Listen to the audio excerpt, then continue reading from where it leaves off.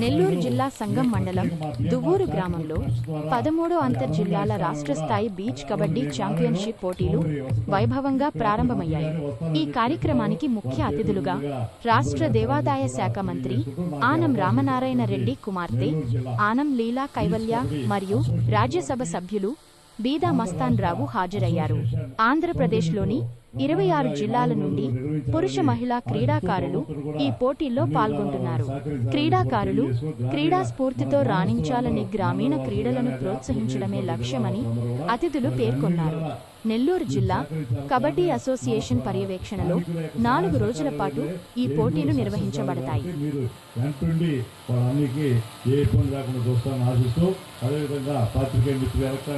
మంచి ప్రచారం ఇచ్చి మన జిల్లాకి ఇంకా కూడా మంచి ఆతిథ్యం ఇచ్చే జిల్లా పేరు తీసి మన మంత్రి రామనారాయణ రెడ్డి గారికి కూడా ఆయన చూపినటువంటి శ్రద్ధకి మనం ఇంకా కూడా ఎంతో గౌరవం ఆపాదించాలని చెప్పి తెలియజేసుకుంటూ అందరికీ నమస్కారం తెలవు. ప్రత్యేకంగా ఈ ఆటపాటలో పాల్గొన్నటువంటి క్రీడాకారులందరికీ కూడా ధన్యవాదాలు తెలియజేసుకుంటూ అందరికీ నమస్కారంతో సెలవు.